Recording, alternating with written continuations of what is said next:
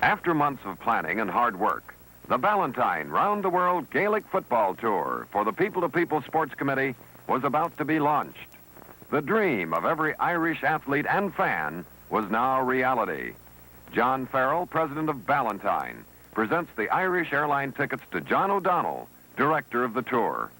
The outstanding feature of the New York Gaelic Athletic Association's Golden Jubilee 50th anniversary was underway.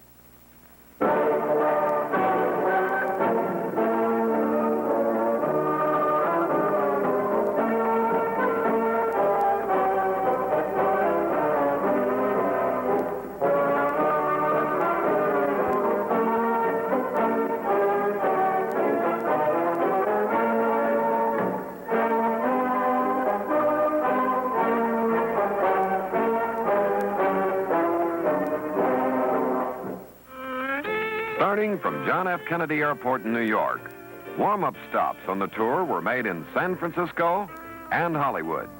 But is there anything to compare with an Hawaiian holiday? The perfect weather and friendly natives made the team feel right at home.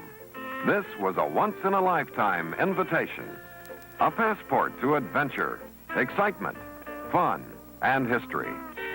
The boys had lunch at Pat Houlihan's bar, enjoyed the arts and crafts and paintings at the Polynesian Cultural Center. Who said culture can't be fun? And speaking of fun, hula dancing is everybody's favorite spectator sport. Everybody, that is, except Tom Ferry, a New York City fireman, never one to sit on the sidelines and just watch. As Mark Twain said, no other land could so thoroughly haunt me with its beauty. The dancers on Waikiki Beach use their gracefully weaving hands to tell the story of their dance. The skirts of green tie leaves must be freshly made each day, as are the flower leis they wear around the neck. Just as Ireland is the Emerald Isle of the Atlantic, Hawaii is called the paradise of the Pacific. The boys agreed many times over, this is the way to live. They made the most of the luxury at their disposal. The shores of Waikiki reminded them of the waves rolling in on the Connemara shore. Although the tour had scarcely begun, the team had already traveled almost 9,000 miles when they arrived in New Zealand. They received a glorious welcome from the Mayor of Auckland and Archbishop Liston. In 1916, the Archbishop was tried for treason in Auckland for siding with the Irish during their fight for independence. The team was impressed with this gallant and courageous patriot. There was much to do and see in Auckland, including a stop at the Singing Geysers, one of the 7 natural wonders of the world. Auckland is the nearest port to the volcanic region where the hot springs attract visitors from everywhere. The team indulged in the luxury of a sulfur bath. The consensus of opinion termed it exhilarating. Auckland's St. Patrick's Cathedral is a famous landmark. The boys attended Mass, an impressive and unforgettable experience. Now it was time to put aside the pleasure of travel for another kind of pleasure, playing a team made up of New Zealand All-Stars. The lovely pitch and the colorful band brought to mind fond memories of All-Ireland Day at Croke Park, Dublin.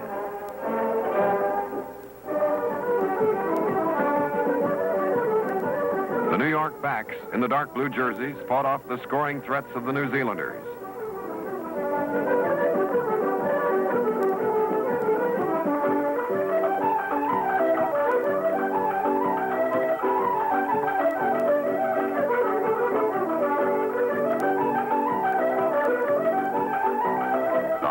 Catch and kick strategy enabled our boys to move the ball swiftly to the forward line.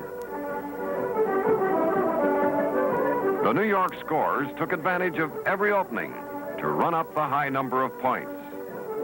The preparation and training paid off, welded the team into a smooth, coordinated unit. The intensive practice sessions was one of the reasons their playing was impressive.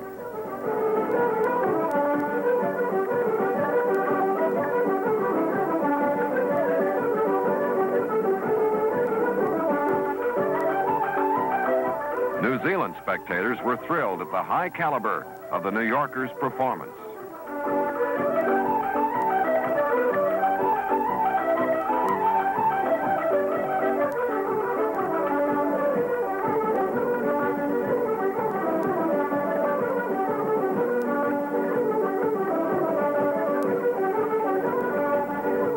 Father McRory presented the Victory Cup to Mick Foley, captain of the New York team.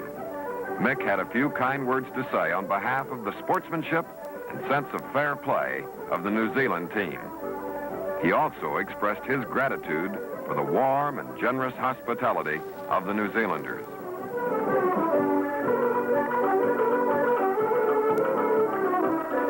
There was still a lot of traveling to do. The hop from New Zealand to Australia was short but tiring after the strenuous game. The team was greeted by TV and radio reporters who requested them to explain and demonstrate the finer points of Gaelic football for the benefit of the Australians. A modern first-class hotel is always a good place to rest up before taking in all the historic places in Melbourne. The boys were awed by the majestic St. Patrick's Cathedral, built for the toil and sacrifice of Irish penal exiles. Archbishop Mannix, a native of County Cork, was Archbishop of Melbourne for 45 years. His gallant fight to return to his homeland to help his people in the rebellion will never be forgotten. His remains lie inside the cathedral.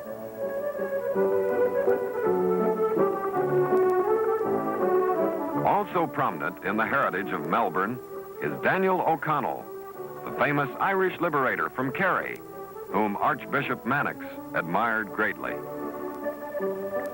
Another famous landmark is the Audrolian War Memorial, monument to the Australian heroes who died in the First and Second World Wars.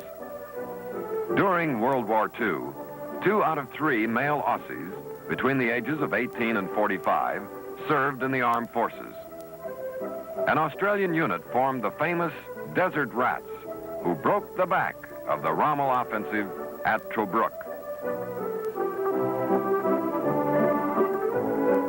There was still a lot of sightseeing to do, such as the breathtaking panoramic view of the city of Melbourne. A startling fact tells us that more than 50% of the population is Irish.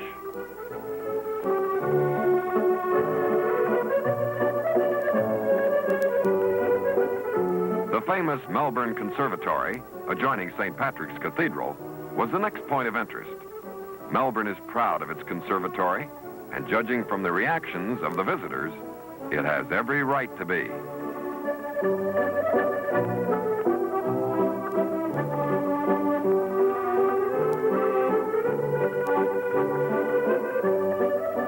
"480 miles away is Sydney, where the team caught its first glimpse of the picturesque, artistically designed bridges traversing the city's famous harbor.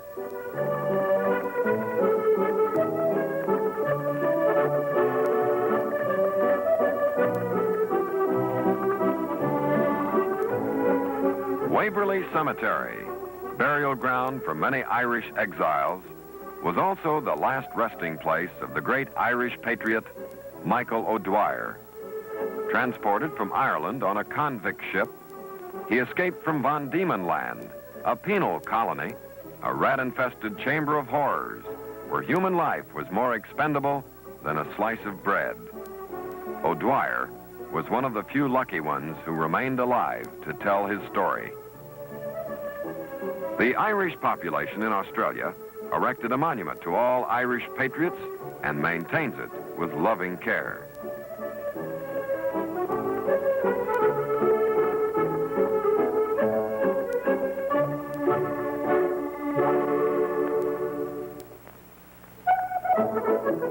The game in Sydney, the last in Australia, was preceded by the annual Fesh.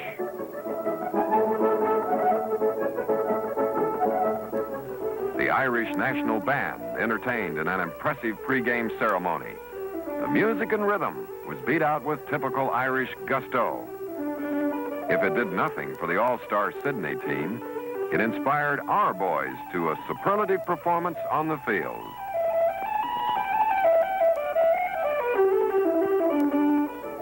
Dr. McWhite, Irish ambassador to Australia, extended a hearty Cíd Míle Fáilte, which means 100,000 welcomes. The last game in Australia resulted in another win to add to the long string of victories. The members of the team served as true people-to-people ambassadors of goodwill, renewing acquaintances with old friends from their native counties. After the game, there was a gala reception at City Hall, where the Lord Mayor of Sydney extended hearty greetings to the players and team officials. The Australians were perfect hosts, opening the doors to their homes to the boys, treating them with warmth and generosity. Tour director John O'Donnell received a souvenir and symbol of friendship, a memento of the gracious welcome the New Yorkers enjoyed. What would a round-the-world tour be without a visit to Hong Kong, historic seaport of the Far East, the Chinese market, where young and old gather to buy fruit and other products, is a sightseer's must. And there were enough rickshaws to go around for everybody.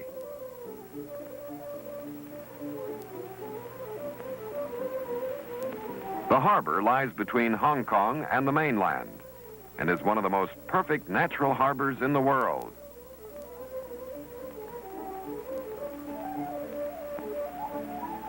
Everyone agreed a sailor's life could be a very happy one. The busy port gave our travelers a chance to see an interesting and colorful city.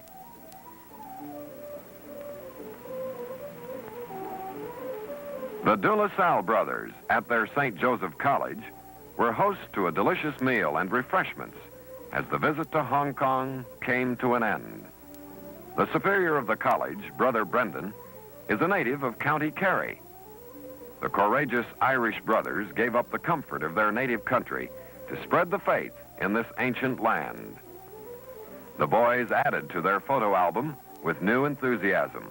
Opportunities to take pictures like this come only once in a lifetime.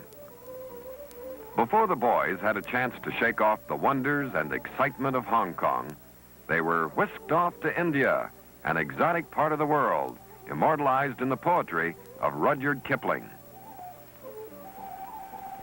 Nobody wants to miss the Taj Mahal, one of the most beautiful and costly tombs in the world. Built of white marble, it rests on an 8-sided platform of red sandstone. It was built between 1632 and 1653 by the Indian ruler Shah Jahan in memory of his favorite wife. 20,000 men labored through the years to complete it. Passages from the Muslim holy book, Quran, decorate the outside. Other designs are inlaid with jewels. The team visited the mausoleum and, out of respect for the Indian tradition, removed their shoes when they entered.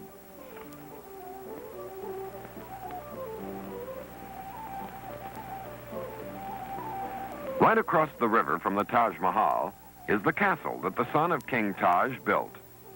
This was the last stop on the tour of India before departing for Egypt.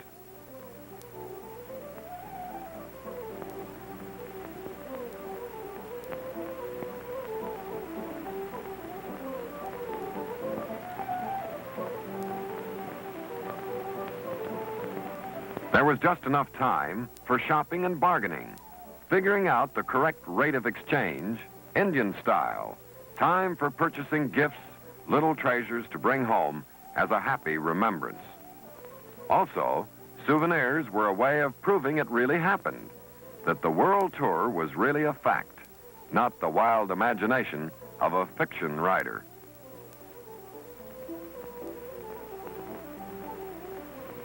Cairo, the capital of Egypt, has been a meeting place of the East and West for hundreds of years.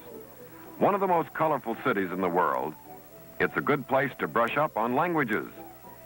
The people speak Egyptian, Arabic, Turkish, and everything, including Greek. The variety of newspapers sold on the street would satisfy the demands of the United Nations. It was the usual mild, sunny winter climate, which Cairo enjoys all year round. Ideal weather for eager tourists. The Sphinx, sprang to life from the pages of a history book. One of the most famous monuments in the world, its head and body are carved out of solid rock. The myth tells us that the Sphinx is a portrait of the pharaoh who built it, but no one knows for sure. It is 240 feet long and about 60 feet high.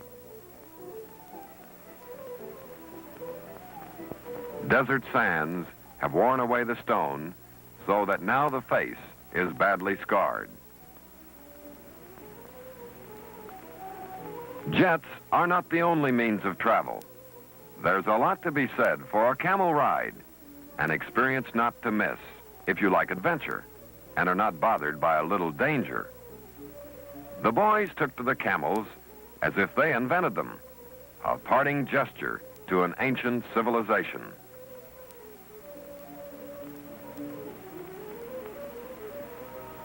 The round-the-world tour lived up to all its promises. Nowhere did the promise become more of a reality than in Rome, one of the great cities of the modern world. A visit to the Vatican was something no one who was there would ever forget. A papal residence since the year 400.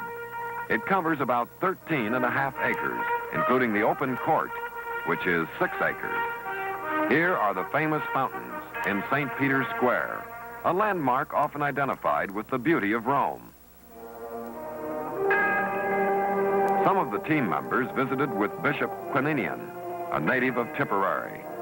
Others remained behind to indulge in the favorite pastime of carefree tourists on a holiday.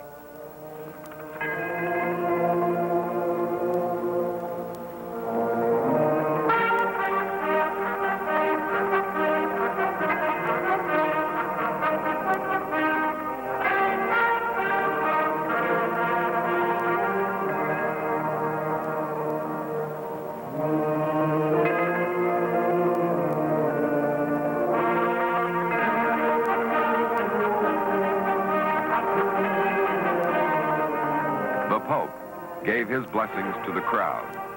Each year, hundreds of thousands of visitors make the pilgrimage to the Vatican City to attend the scene rich in religious meaning. On July 25th, 1929, a pope emerged from the Vatican for the first time since 1871. Pope Pius X entered St. Peter's Square in the midst of a gorgeous ecclesiastical procession witnessed by more than 250,000. To those who have been fortunate enough to see and hear His Holiness, it's an inspiration and religious experience that lasts a lifetime.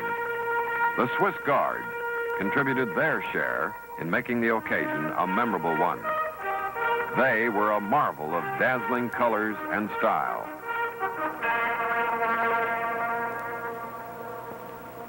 The city is rich with paintings, sculptures, and the masterpieces of the Renaissance. The Sistine Chapel contains the famous painting of the Last Judgment by Michelangelo, who also painted scenes from the Old Testament which adorn the chapel's vaulted ceilings. These priceless works of art are part of the fabled cultural heritage of Rome.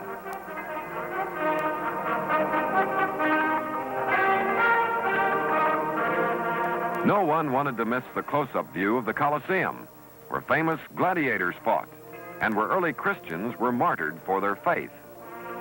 The wooden floor of the arena was covered with red sand to soak up and conceal the blood of battle. Underneath the arena were rooms to house men and animals. Completed in 82 AD, it measures 615 feet long, 510 feet wide, and 157 feet high. There were seats for 85,000 spectators. Yes, the visit to the Eternal City more than lived up to all expectations. It was the pages of a storybook coming true. For years to come, the members of the Ballantine Tour will talk about it, tell their children and grandchildren of the glory and beauty of that historic city.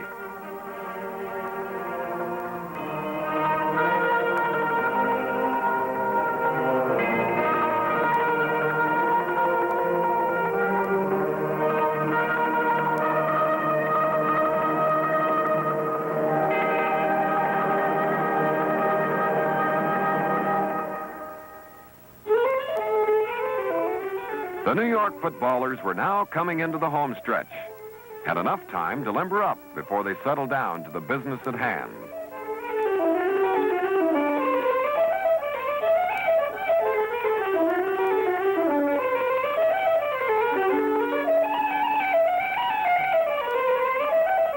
The team was greeted by members and officials of the Gaelic Athletic Association's Central Council. The conversation was a rundown of all the highlights of the trip to date.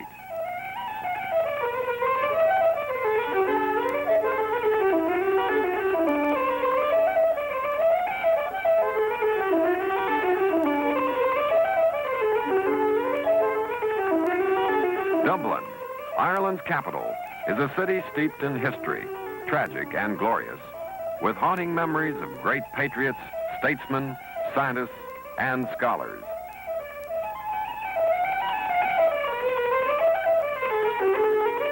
They traveled down the main thoroughfare named after Daniel O'Connell, whose statue they visited in Melbourne's St. Patrick's Church. Dublin is a city of spacious streets, fine buildings, and friendly people. A city that combines the beauty of centuries of leisure with modern progressiveness. Few capitals are so beautifully situated. Nobody wanted to miss Phoenix Park, one of the finest enclosed parks in the world. Ireland's president maintains his residence here. With all the memorable places visited, was there anything to compare with the warmth, splendor, and excitement of being home? The city is renowned for its seafront coastline. Fishing and bathing are popular pastimes. Dublin Bay is one of the chief yachting centers in Ireland. The annual regatta held here is a celebrated yachting event. It was like old home week for many of the players who visited familiar landmarks